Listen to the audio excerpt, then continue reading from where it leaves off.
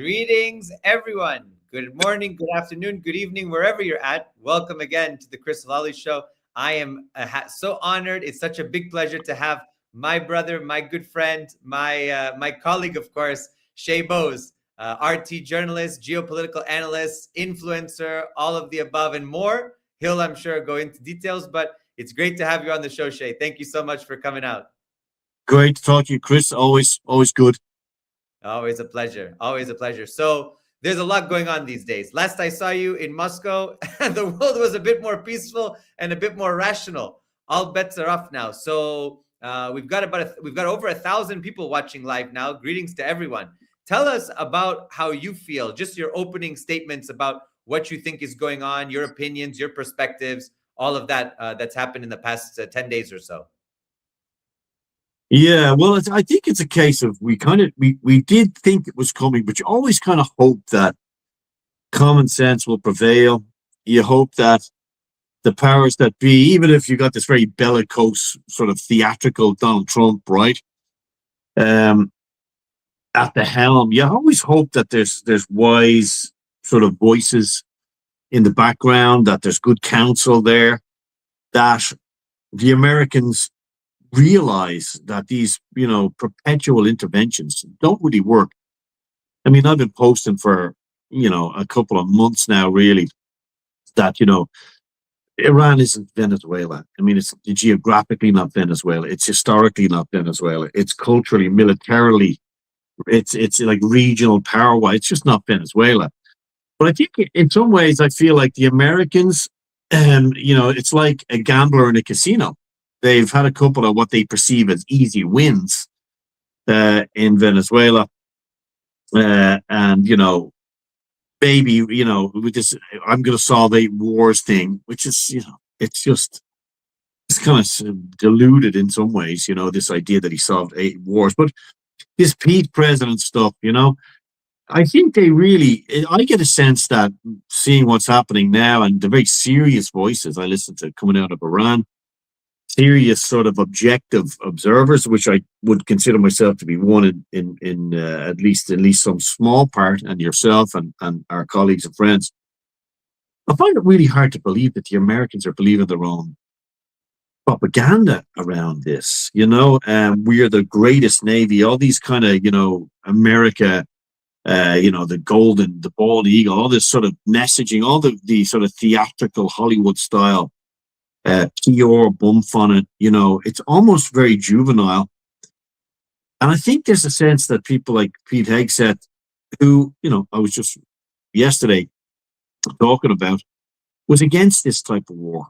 Rubio previously said he was against this type of war. We all know that the vice president of the US definitely said he was against this type of war.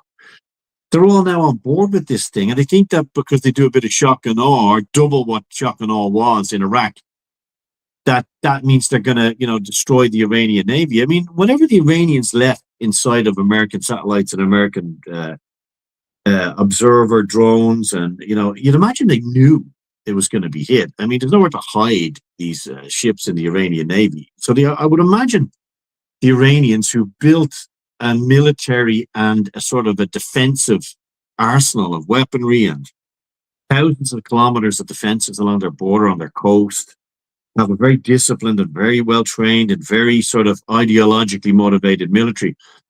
I would imagine that they are very well prepared for what has happened.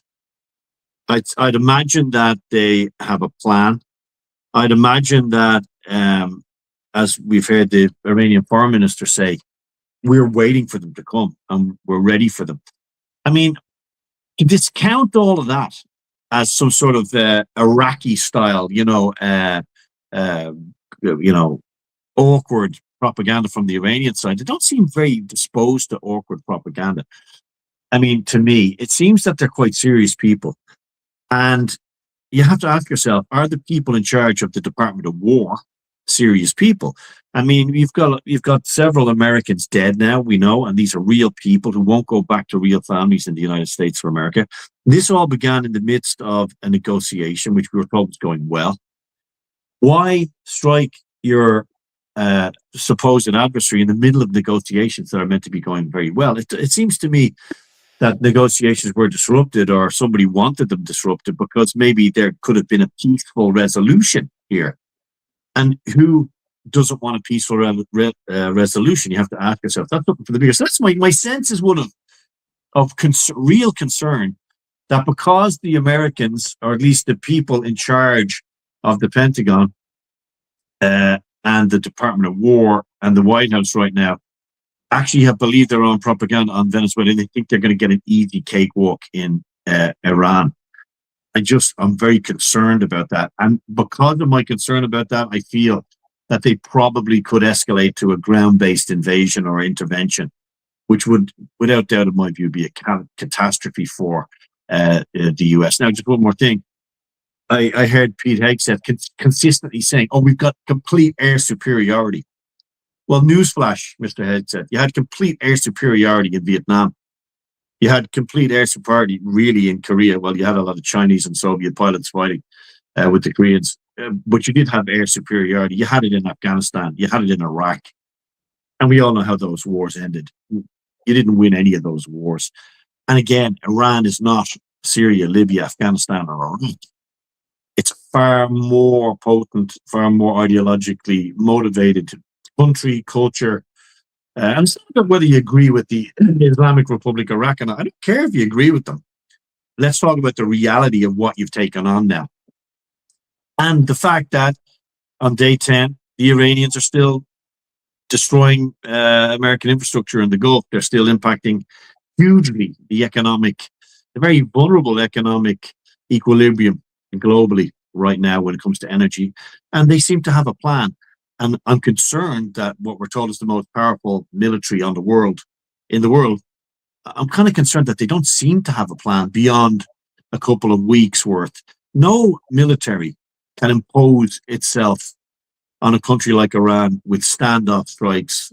Number one, you're going to run out of missiles. Number two, you just can't get onto the ground. And it seems that this sort of supposed people's this wave of people who despise the Islamic government in Iran are going to bubble out onto the streets. I mean, to me, it seems you bomb schools full of kids, you hit civilian targets, you burn a country's infrastructure. It's going to be a rally around the flag effect. I mean, it happens all the time. And any sort of military strategy, anyone who studied military strategy, which I've done a little bit of, these are the pitfalls you're meant to avoid, right?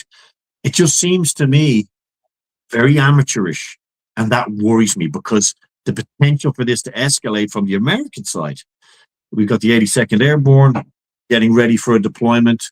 There's lots of signs and signals, from OSINT intelligence that the Americans could, in real terms, consider an on-the-ground conflict against the Iranian army and its allies and proxies. I mean, the Houthis haven't even got started yet. They haven't got their boots on. And we know that the Houthis couldn't be defeated by the United States of America with their air power and their aircraft carriers and their strike groups.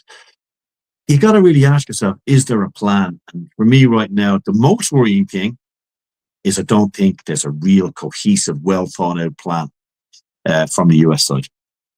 I think you're absolutely right. Actually, last night on the stream, I went through with everybody we had about 6,000 people watching live, and I went through and talked to everybody, and we went through a foreign affairs article. It's a mouthpiece of the foreign policy establishment in the US, but it was breaking down the Powell doctrine before. So Colin Powell, who was the former chairman of the Joint Chiefs of Staff and later Secretary of State in the US, he laid out 8 fundamental questions, give or take, that needed to be answered before pursuing military objectives.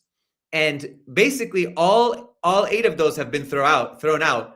And the Trump administration has now relied, according to the author, on tactics of surprise and basically the vagueness, the unknowability of what is to come. And so that is the advantage that they've had, for example, in Venezuela. But as you're rightfully pointing out, in a country like Iran that can withstand weeks and weeks of that vagueness and still remain standing and firm, then comes the question, well, what's the objective now? Because then you start to erode popular support. So there already was not a case built up for the Iran war.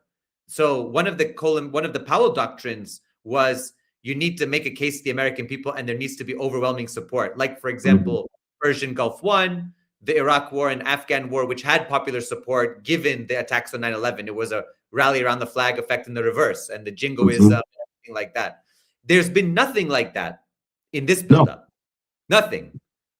And in no, fact, quite the opposite. You and I well know there's been tremendous criticism from people like Tucker Carlson, Marjorie Taylor Greene, the former representative, Thomas Massey, some very vocal and prominent social media influencers from across the gamut. And that has a real impact on people and their perspectives, right? And so yeah, I mean, yeah, and you've seen, with this strike on the school, which, I don't think the Americans targeted a girls' school, but their actions led to the deaths of all these kids in a school. If you want to maintain the narrative and you want to control that, you need to come forward and say, it was a mistake. We apologize. We're investigating it, at least that. But for Donald Trump to come out and say, we didn't do it, the Iranians bombed their own school, it stinks of British anti-Irish propaganda back in the 70s and 80s. Anything bad happened, the Irish did it to themselves. They starved themselves, they bombed themselves, they tortured themselves.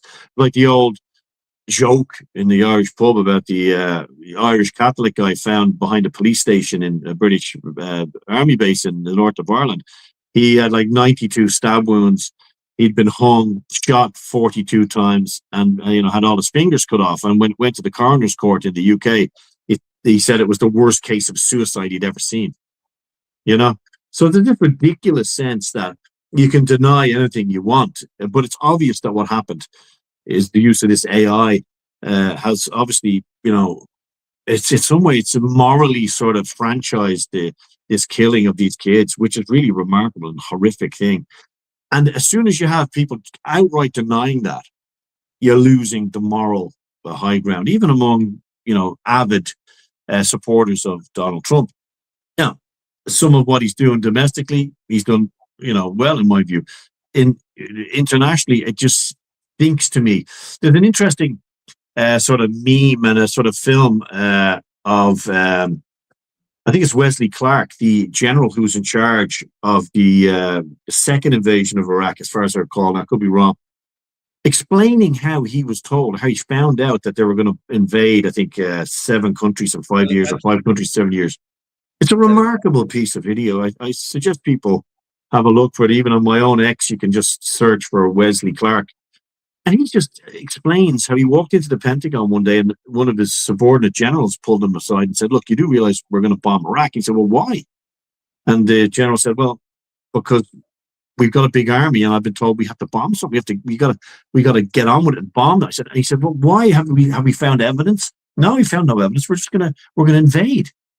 And he was astounded by this. And he said, it doesn't end there, sir. He said, we're going to invade Libya, Syria, and Afghanistan too. And it's all already planned. It's quite remarkable. And the problem is that the initial momentum is kind of addictive for the politicians like Lindsey Graham, like Mr. Trump, with his baseball cap, go America, I'm not going to say, the F yeah, go USA kind of stuff, which, it's high octane kind of stuff for the masses. But after the 10th day, the 11th day, the 12th day, when the bodies keep trickling in, when the Iranians are still launching these relatively cheap drones, remember, they have at least many, many thousands of these things. They can be launched from the back of a pickup truck. Iran is a geographical fortress, with the most impenetrable mountain ranges, bordered by countries who despise the United States of America as well. It's an impossible place to close down and shut off. It's like, it's remarkable naivety to think that one of those drones can hit a processing facility, an oil facility, a ship in the Straits of Hormuz, and that can cripple the whole global economic and energy infrastructure for it. So the Iranians right now only need to be, lucky once. The Americans need to be lucky every time. And in a culture also, just to go back to this idea of the American lack of knowledge and engagement with culture, I think this is something that we've seen in Afghanistan, in Libya, in Iraq, in Syria, also in Vietnam and in Southeast Asia. In every foreign war, the abject lack of an ability to understand the cultures that they were meant to be freeing the crap out of.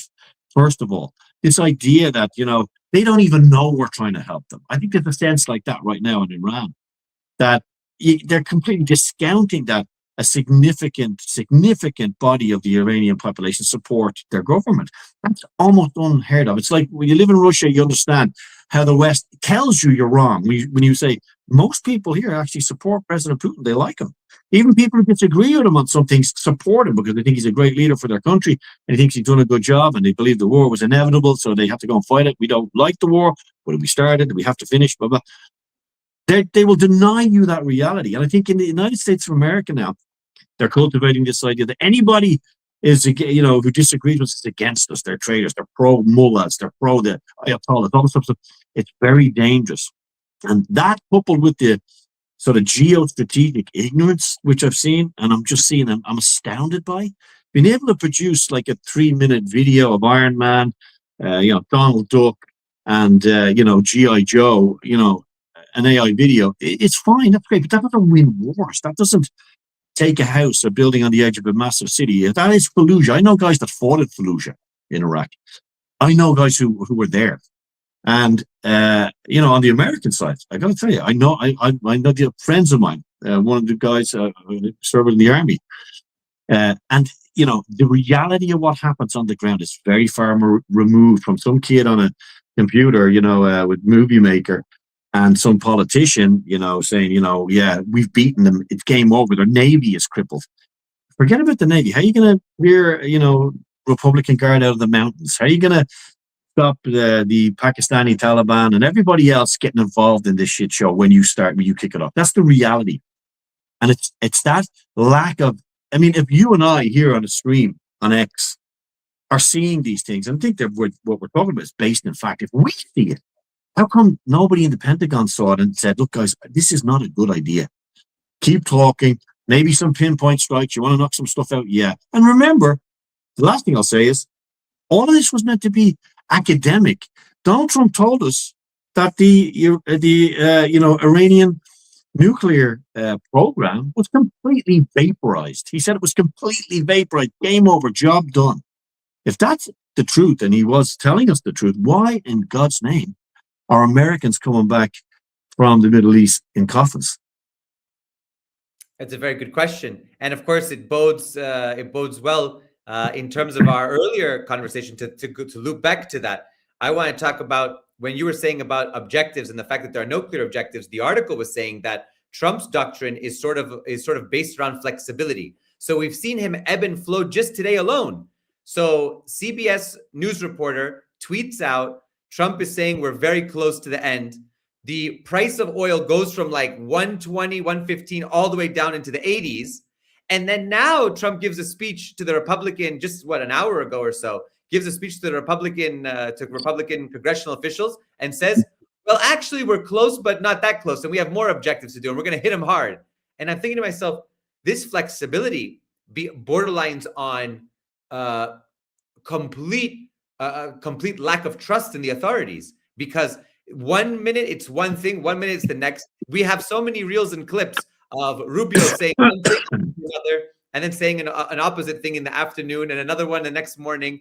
And so many of these things, they're twisting themselves into pretzels with these kinds of statements. So without those clear objectives, this kind of flexibility and surprise and vagueness that allows for Trump to maneuver over time, it can't last. There won't be anything to really have the American people be convinced that this is worth it, that the price of gas going up is worth it, that the price of import-export is worth it, that the cost of travel, because Dubai is closed effectively. There's Emirates, right? I got an email from Emirates saying that there are basically no flights available to Dubai. People are fleeing through Oman and other places. So this is crippling major hubs of transportation globally. Think about the hundreds of thousands of passengers affected daily. Yeah. Businessmen, politicians, families, ordinary civilians. So that cost over time, I can understand 1-2 weeks of this. Maybe there can be an argument, although for me, I wouldn't necessarily agree with it. But months of this, especially when you don't have, as you said, clear objectives to win on the ground, especially in a ground invasion. And because of the ego involved, right? Right. When you've got a very sort of, let's say, internally wise person, okay? a politician, a statesman, somebody who, thinks before they speak and consults the runes, if you like. Somebody like Vladimir Putin, there's no way he's going to send a tweet out or a post from sitting on the toilet in the Kremlin, that, release the Iranian football team, female football team from Australia, give them political asylum because they didn't sing the national anthem. The Iranian football team never sing the national anthem. Right. So this is the concern. And again, I'll go back to my main concern, which is that because of the statement, right? This is over, they're finished, their navy is sunk. It seems to me that this is an environment where people are working towards the emperor, delivering him little nuggets that he can talk about. We have destroyed the navy, sire. They are now helpless. It is a matter of days before we finish them. Good man, that's great news. And he goes on Truth Social. He says, they're finished, they're done. I was going to talk to them, but now I'm not talking to them anymore because they're dead, they're doomed.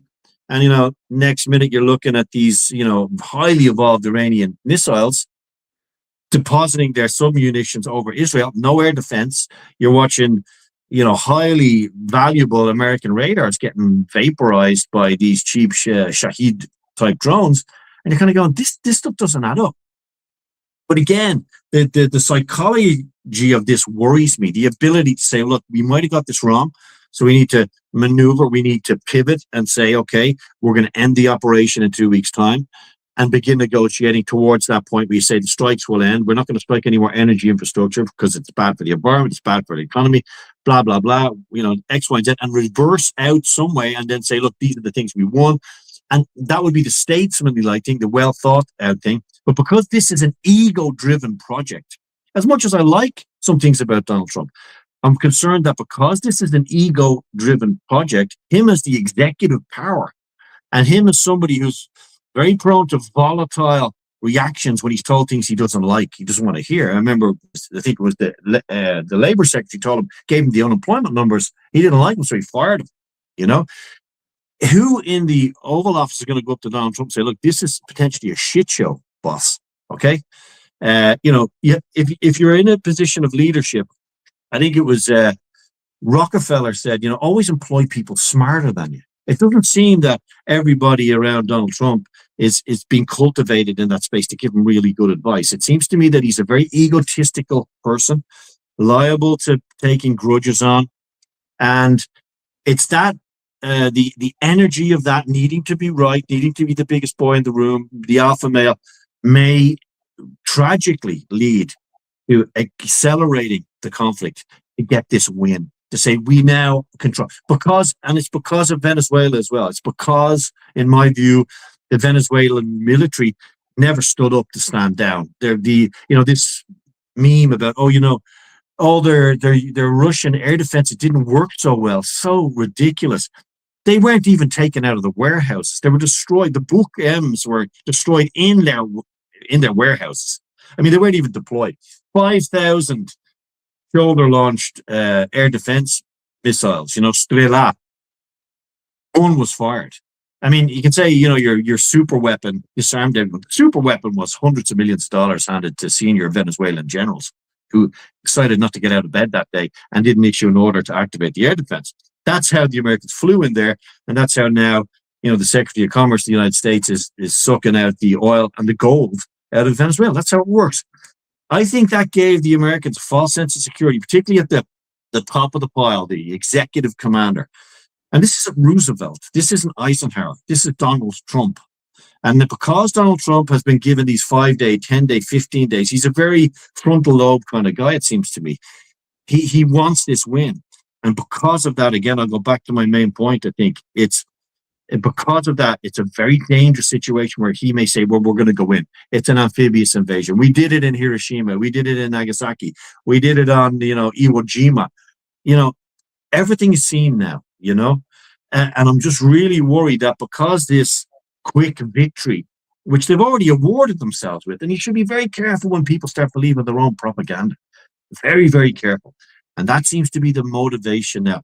And because of that gap in realism and the lack of people, it seems to be around him, advising him that this could be a significantly drawn out, costly operation economically and in human life, in American lives. The lack of people brave enough to risk their career to maybe tell him the truth.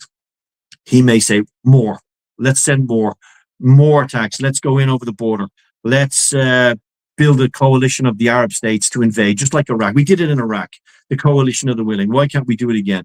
We need to get rid of these Iranians, so we're going to go into to Iran via whichever avenue they decide to. I just worry that naivety and that lack of good counsel might lead to a huge escalation in Iran. That would mean a massive, massive shock to the global energy and oil systems and politically in the region, because we've seen how vulnerable countries like Bahrain, Oman, UAE are. We've seen how vulnerable they are. The battlefield has completely changed. A single cheap drone can shut an airport for a day. That costs billions and billions of dollars. A single cheap drone, or the threat of one, can prevent a ship moving, a whole economy grinding to the halt. This is such an important node for the global economy. It doesn't seem anyone's thought this stuff out. It just seems remarkable to me. I agree with you. The other big thing that has happened, of course, we had the assassination, and this was reported very much in the Russian media. And also, I read an article last night on stream from a Russian professor at the Higher School of Economics and the editor-in-chief of Russia and Global Affairs, who basically said, look, this has changed completely the international politics and relations between countries, because one country assassinated the leader of another country. It wasn't via proxy, it wasn't via some group, it wasn't in a civil war. It was a targeted assassination of a sitting head of state. So that is very dangerous. We know that the Ukrainians have targeted President Putin, right? The drone strike on his compound and things like that. But this was a targeted and successful assassination. Now we have the news that has come out, in the past 24 hours, that his son, Ayatollah Sayyid Ali Khamenei's son, Ayatollah Mojtaba Khamenei, has become supreme leader. And in the process of becoming supreme leader, he's lost in the past week 10 days, his father, his mother, his wife, his son, his sister, his brother-in-law, I think a few other relatives as well. I mean, that in and of itself, and he's a veteran of the Iran-Iraq war. He's even more militant in terms of his patriotism and his loyalty to the revolution. And what do you think this does now to him? Of course. So look, I mean, this again is the naivety. I mean, if you're looking to sort of win hearts and minds, I mean, again, this is basic stuff. I mean, it's kind of reminds me of in Russia, when at the early stages of this phase of the conflict, when the Russian army crossed the border in 2022, and of course the war started in 2014, they've been bubbling along there. But in February 22, the Russian army proper crossed the border into Ukraine. I would have said that, there was probably 30% of people in Russia were against the war. As time went on, and the Ukraine started to bomb places like Belgorod and Kursk, places I've been, places you've been, Chris, and see what they did in Belgorod city center on New Year's Eve, bombing, killing children, this brutality, and particularly the invasion of Kursk. You saw these very hard-line sort of oppositionists in Russia, number one, losing all the support, but also number two, even saying, well, look, we have to get behind the army now and get this finished. They started to realize that. This was a huge mistake by Zelensky, not only in a military sense, it was never going to win, but by the people who back him in London particularly. It was a catastrophe. They lost tens of thousands of men and most of their Western equipment. But aside from that, it changed hearts and minds in Russia. People said, we're fighting in Russia now. This is our country. And nobody's going to come here. So I saw a huge change in that. And I've been in Russia more than 4 years now. This whole period, I came to Russia first in 2012. So I've seen in snippets the country changing. But that was a really sort of pivotal moment where Russians kind of got behind their country, their flag. And sure, you can even look back to when the Nazis invaded Russia in the Great Patriotic War and the Second World War. Stalin was masterful in sort of saying, this isn't about communism. This is about Mother Russia. This is about the great country, the motherland. You must defend it. And people kind of got behind this idea. And it was because of that aggressive attack. I'd suggest that in Iran, America has lost a lot of its credibility particularly with this horrific attack on the girls' school, which everybody in Iran knows who did it. Despite the fact that the BBC will say, "Oh, there was a missile fired beside the school." Come on, please. We know how dubious Western reporting is about these things. Mm-hmm. It's been a mess. Again, that is not going to sort of get the US to go down the gears now and slow this down and say, "Well, hold on, we're in trouble." It potentially will make them go higher up the gears, listening to their own sort of bluster about this thing. We can't be beaten. We're the greatest military on earth, and when we're tied in with the Israelis, we're the super duper greatest military on earth. It can't be true. We can't be getting sort of held to account in Iran. It's impossible. These are just Iranians, same country, beaten in Vietnam, of course. Remember that, and beaten in Afghanistan. Very sort of embarrassingly beaten. It was unedifying what happened to the greatest military on earth in Afghanistan. People clinging to the wheels of planes, dropping to their deaths as they fled, literally in days. Same in Vietnam. And the same modus operandi occurred in both those places. First, it was political influence. And we saw just prior to this military intervention in Iran, huge disquiet and violence on the streets. Nobody should believe for a moment that the CIA and Mossad weren't involved in propagating that. They've admitted as such.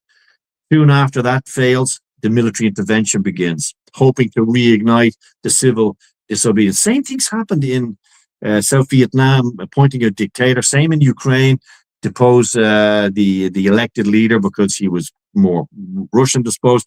Put in somebody who's nationalistic. We don't care about that. Get into bed with anybody once our goals geostrategically are met. It never worked. It's never worked. Nobody can give me a single sort of example where this playbook has actually worked to make things better. And funnily enough, it's Pete Hegseth and JD Vance both said that. I posted a video of Hegseth saying this. He said that we've lost all trust in our military and political leadership. The idea that we will go around the world doing regime change, it always makes things worse. He said that back in 2017. Mm-hmm. Now he's the golden boy with his Crusader tattoo and his baseball cap, telling everybody that we're going to wipe the floor with anybody. Don't mess with us. That's like going into your kids, 11-year-old kids' playground and beating the crap out of everybody. That's fine. You can tell yourself that you're the biggest guy there. But when you come up against a peer adversary like China, like Russia, in many respects, it's a different game. And Iran isn't Venezuela. It isn't.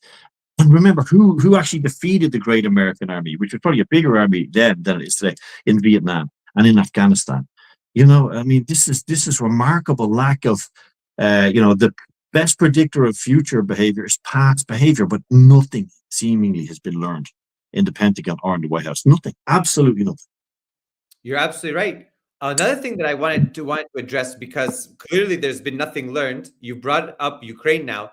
Let's think about Russia's relationship with Iran. Russia and Iran have deep relations. Sadly, some of our friends have said, "Where's Russia?" They start doing this sort of, paranoia. Where's Russia? Why isn't Russia militarily intervening? First and foremost, we both can attest, Russia and Iran do not have a military alliance. They don't have a defense clause. There is no agreement that has been signed and ratified by the two countries that says if one country is attacked, the other country will militarily intervene. So that's important to note here, because people are, "Oh my God, multipolar world, BRICS, this, that. Why isn't Russia, what do you want Russia to do? What do you want Russia to do?" Iran itself told Russia that they weren't interested at that level of cooperation. The Russians, from what we know, have asked Iran if they wanted that. They were prepared to sign something like that. It also would have probably committed Iranian troops to helping in the Kursk, Kursk Oblast, just like the DPRK. But the Iranians decided not to do that, and they said that we will fight it alone. So first and foremost, people should just calm down.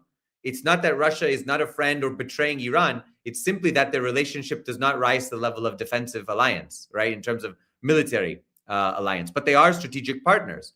Now, Iran has elected the new supreme leader, and President Putin has issued his congratulations and spoken, and I quoted on X, he quoted in his text, "Congratulations to our Iranian friends. To the new Iranian leader. He needs a lot of courage and bravery to deal with what's going on.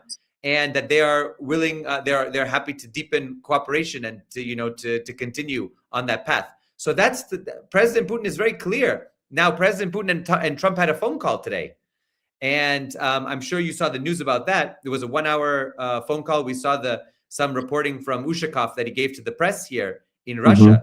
And one of the things that he noted was Trump repeatedly said, when Putin was asking how, what do you want us to do? Like, what are you thinking in terms of that? When they were discussing the Iran situation, Trump said, and this is what was the quote in the press, we want you to finish up the Ukraine war. So clearly a complete disconnect from reality. That's not happening at this point, in my opinion. And you and I have been to the region, to the Donbass, to Kursk, to the Belgorod region. The special military operation is continuing because the root causes haven't been addressed. There's still, everyone's beating around the bush. The Russians have been very clear since the start. If you meet this criteria, hostilities will end. Yeah. If you don't, we will achieve our aims by the military means if necessary. Yeah. I think that's given birth to this delusion, how's your 3-day war going, Mr. Putin? The Russians never said this would take 3 days, but the Americans have said this would take 15. Correct. So let's see who's at it longer and who comes out. See, the difference between these sort of Pentagon TikTok sort of reality of, the Pete Hegseth, in an AI fighter jet dropping shit on the Venezuelans, all this type of stuff, right? And the Russians understand war. They fought a lot of wars on their own territory. If there's a single people on earth that know war, the sacrifices of war, it's the Russians. And they never said that this would take 3 days. The only person that ever said that the operation in the Ukraine would take 3 days was General Mark Milley. He said the Russians will take over in 3 days. The Russians never said that. It's much like this Battle of Kiev, where we're told the Russians were driven back from Kiev. Of course, we know the Russians withdrew from Kiev as part of a tenuous peace deal, which was signed. And we know that because David Arahami, the head of the Servant of the People faction of the dictator Zelensky's so-called political party, he told us. Yeah. We know because Victoria Nuland told us that Boris Johnson turned up and said, you're not giving up, you got to keep this going. Because in the West, we need a Star Wars narrative. We need someone to call the bad guy. Correct. Because we are so grossly politically inept in our own countries. We've allowed our societies to turn to shit. And we've also allowed, terrible economic failure, massive sort of incompetence to rule our own countries. Look at the European Union. Look at the people in charge of it. We have to have this Star Wars narrative. I stand with Ukraine for 10,000 years. This is Star Wars. We're going to have like 5 or 6 episodes. Return of the Jedi, Empire Strikes Back.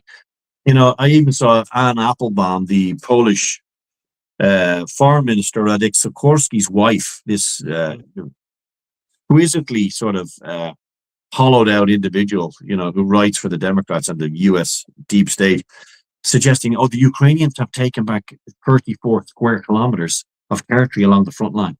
The Russians, took 25% of Ukraine. This is just insane. This is the level of delusion that you're seeing. The difference between the Russians is the Russians, from being in Russia, and I've learned from many years in Russia, the Russians tend to say things they mean. They don't talk for the sake of making noise. They think actions speak louder than words. They don't, they're generally, the default position of the Russians is skepticism. They're skeptical. They don't award themselves great victories like it seems the boys at the Pentagon have done. It's a very, very dangerous place. But again, remember, Donald Trump told us he was going to solve the war in Ukraine in 24 hours. He repeated that innumerable times. Yep. He told us that the war would never happen if he wasn't president, despite the fact that he was one of the first to send serious weapons into Ukraine.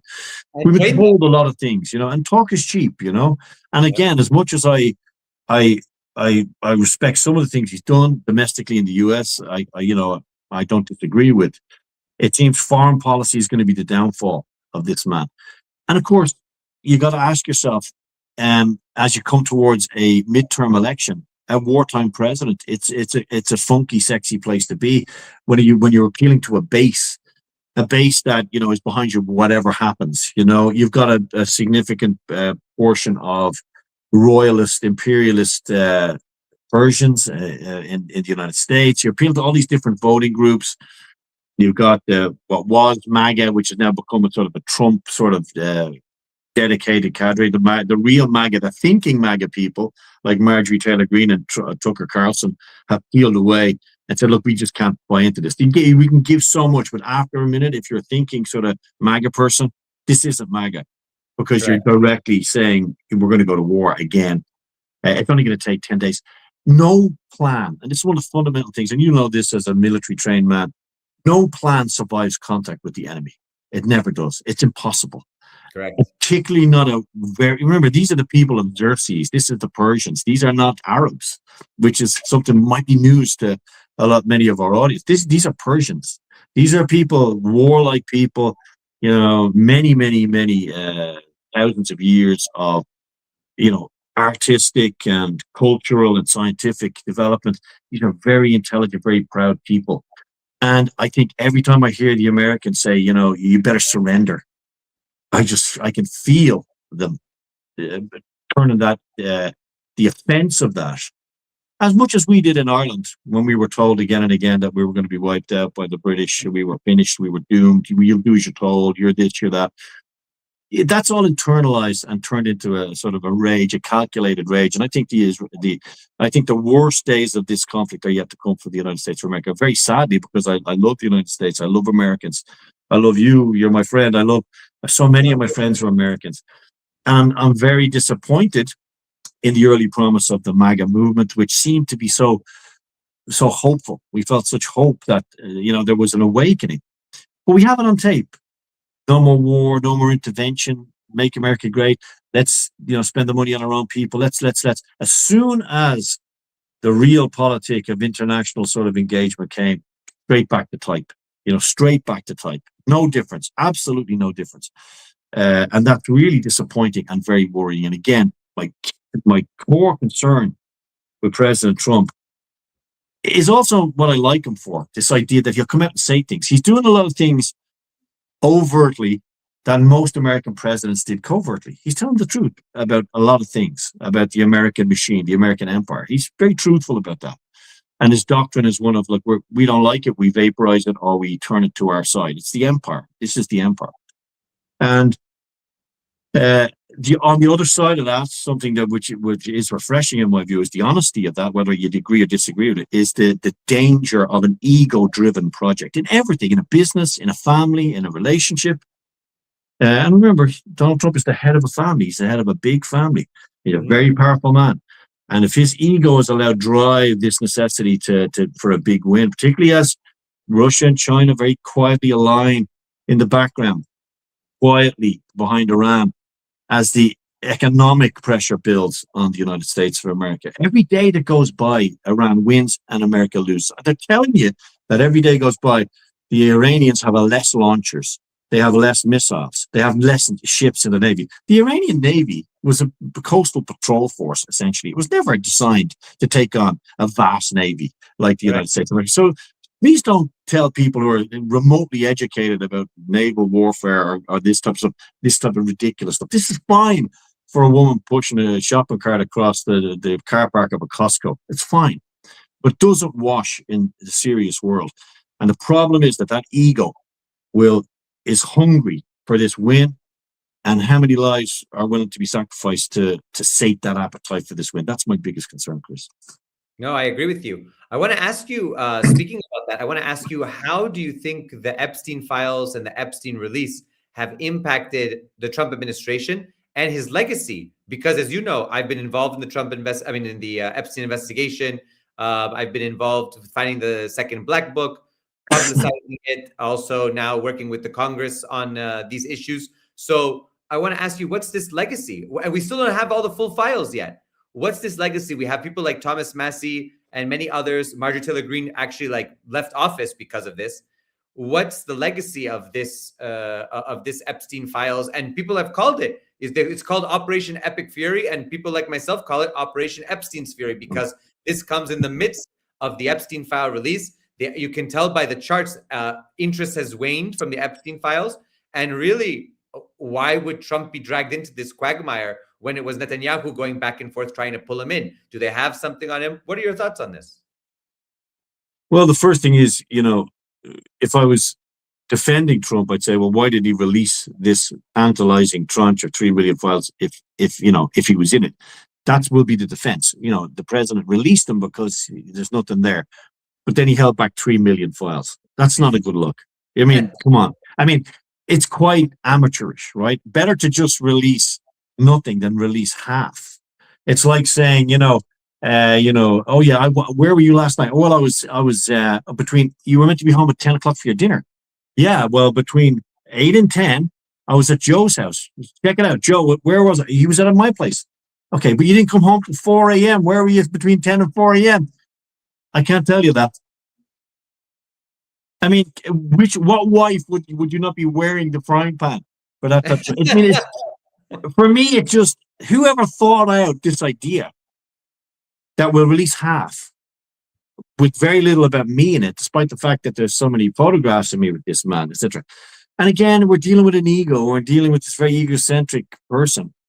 I just wonder and I worry, and I can't discount being objective and trying to look at it. Nobody, I think, can discount the fact that the way these two things have correlated with each other in a timeline. I don't think anyone can suggest that there's not some correlation, Chris. I don't believe there is. I don't know what's in the files. I don't know what Donald Trump did or didn't do. Because anyone who says they do is probably making it up. We probably will never know.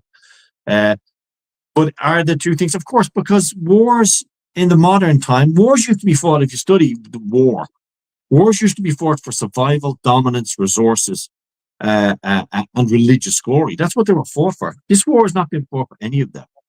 Right. Think about that. So what is it being fought for? Why is it being fought?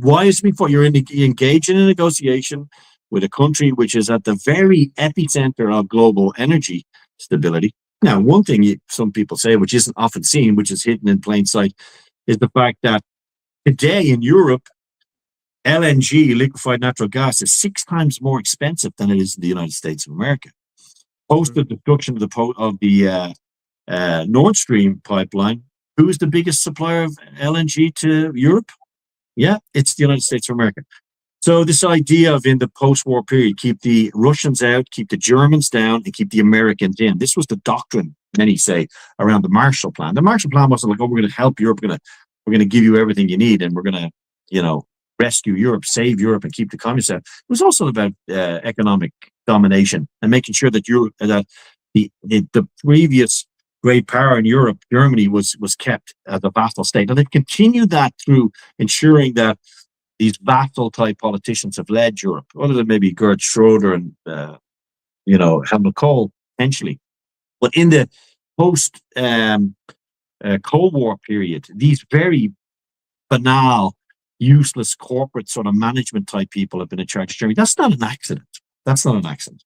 So, in my view, you got to always be skeptical. Follow the money. Look at the whole chessboard and see who's actually making money. Because remember, America owns the dollar, created the dollar, and either invades you with its massive army or bombs you from afar, or invades you and bombs you with debt or controls you through that dollar. And both those things are under threat right now. Both from China as the biggest manufacturing economy on earth, the biggest military on earth in some ways, Russia, by deviating from this international rules-based order, which they've admitted was a complete lie.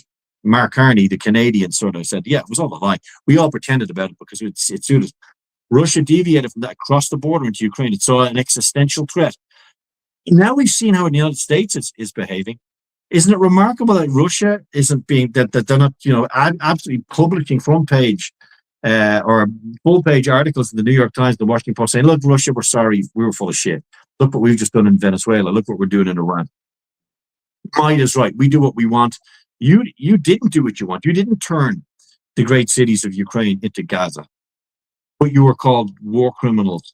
We manufactured $1 billion industry and trying to convince the people of the West that you were their enemy, which is obviously untrue. So you got to ask yourself, what does the big picture look like? The big chessboard, this global chessboard. And the main motivator for that, of course, is money. So don't ever forget that. And consider what were great wars for before. my home city of Dublin was founded essentially by the Vikings, not because they loved war, but because they wanted to feed their families back in Scandinavia. So there were farmers in the summer and warriors in the winter because they had to go and do that. Is there any moral obligation really for this war? Was there a moral obligation in Vietnam? Possibly. Some people say we were fighting communism. Another worrying thing, we got to help the Ukrainians kill lots of Russians. The Ukrainians and the Russians are the same people. That's like saying we got to help people from Montana kill people from Virginia. It's an insane idea. But again, at the core of all of this rationale is ego and ignorance. And the two things combined, they're very explosive. They're very explosive things. And that's why the Western media cultivates this. When the most obvious transgression against humanity happens, it's the language that's deployed is like, oh, those several schoolgirls died in an incident in Iran. They weren't blown to pieces by Tomahawk missiles. Mm-hmm. But if it happened if the Ukrainians using an American missile shoot down a Russian drone and that drops on a kindergarten and 3 kids are killed, that's an act of genocide. So you got to always look at the motivation, who controls the media. Same people who control the weapons companies control the media. And this the old lesson, we've heard it all before, that if voting could change anything, they would have done it years ago. Look, whoever you vote for in America, it seems to be you're getting a war. That's it. Yeah, you're absolutely right. I want to ask you as we slowly close out tonight, and it's been a phenomenal conversation with you as always. Everybody's loving you in the stream. I'm sure you're listening. You're looking at the comments. But one of the things I want to ask you is, where do you think this will end for Iran? How do you think this will end if you had a crystal ball? I know you don't. If we did, we'd be rich people, I think. But speaking of money, how do you think that this war on Iran is going to end? And how do you think the war in Ukraine is shaping up and will end? Mm-hmm. Well, I think when it comes to Iran, I'm hoping that the economic pressures, which is something that Donald Trump seems to be far more tuned into than the geostrategic reality of this thing. I'm hoping that oil prices continue to rise.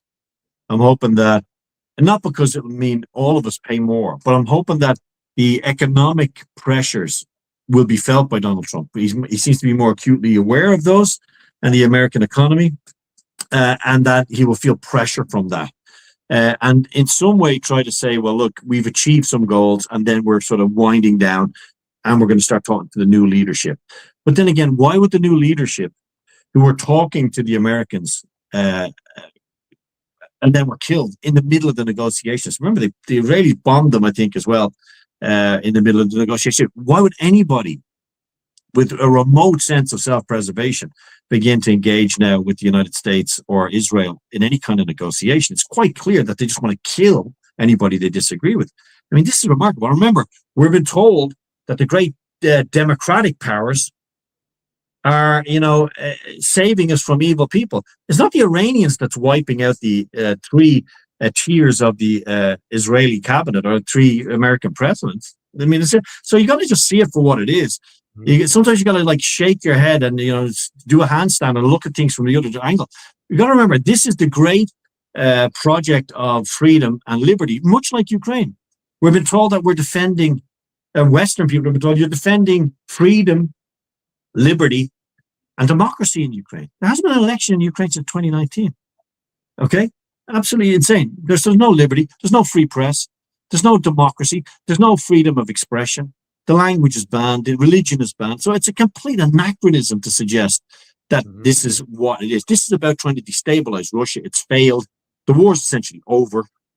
And it's a matter of time in Ukraine before the Americans tell the Europeans, stop sending the money or we're going to cripple you economically. That's basically how I think it ends. Or Russia incrementally keeps moving forward to the point where Ukraine collapses internally and a new government is elected by the good people of Ukraine who are sick and tired of this war of corruption, theft, and profit. Okay, that's how it ends there.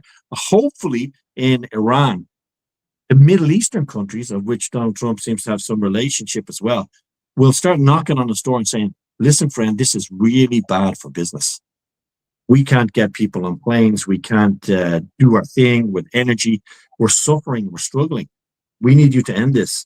Because the Iranians have no motivation to end it other than with some sort of internal victory. And what did that do for cementing this terrible regime that the Americans are telling us is in charge of Iran?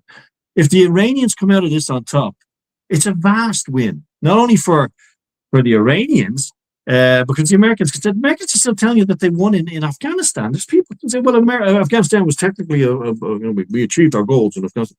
It's remarkable. It's remarkable. There's still people in some of the colleges in the United States, the military colleges, say, well, in Vietnam, if you look at the actual parameters, well, we actually, what? This is the absolutely schizophrenic reality of some of these things, because they all feed into the same machine. So I'm hoping that on a fiscal pressure will end the war in Iran, because it doesn't seem that a objective, logical thinking process exists other than this financial one. And I think in Ukraine, I think the war is already over. And because living in Russia and understanding the society, it doesn't feature anymore. People have just completely absorbed it into the reality of day-to-day living. The war's going on. We have to win it. No deal's better than a bad deal. And the Russians have been absolutely consistent from day one. Yeah. The only problem the Russians have is not getting involved in a deal to placate the United States or Europe. I mean, Europe is utterly irrelevant, but President Putin has shown again and again, to Mr. Trump's frustration, I'm not going to do a deal keep you happy, Don.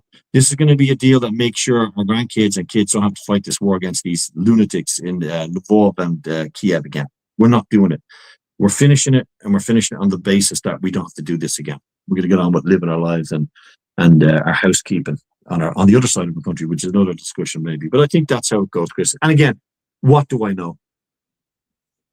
Well, we tried the best to unpack what we can see and what we can discern, but ultimately history has a way of its own, and it has its own logic, and sometimes it defies logic. So I'm sure we're in for quite the next few weeks and months of tumult, and we will, of course, try to make sense of it for both of our audiences and for all the people out there who are confused about how we ended up in this predicament, and how the leaders who are supposed to be educated and some of the finest people in the West have brought us to the point of disaster, really. We'll see. And I think you're right about the economy and things like that. As the economic pressure begins to turn society in the West into a pressure cooker, I think that you will see a lot of people very angry that it came to this when it didn't have to, when there was no rationale or reason to do this at this point.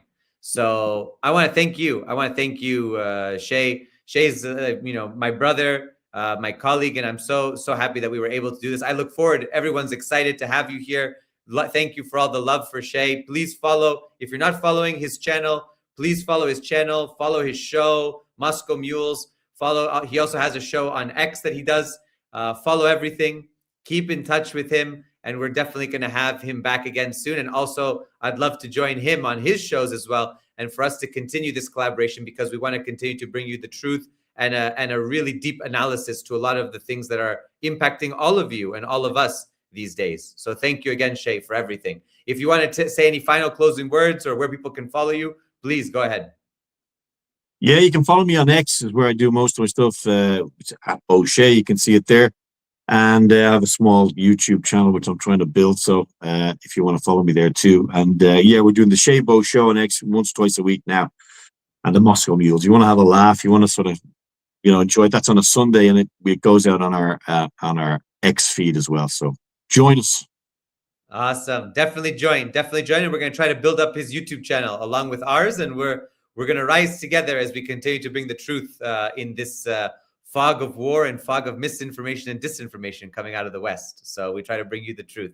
Thanks again to everybody. Lots of love. We'll see you again very soon. And look forward to hopefully seeing you tomorrow. We're going to have a special guest. I'll announce it tomorrow morning, and look forward to seeing you then. Take care, everyone. Have a good night. Stay safe.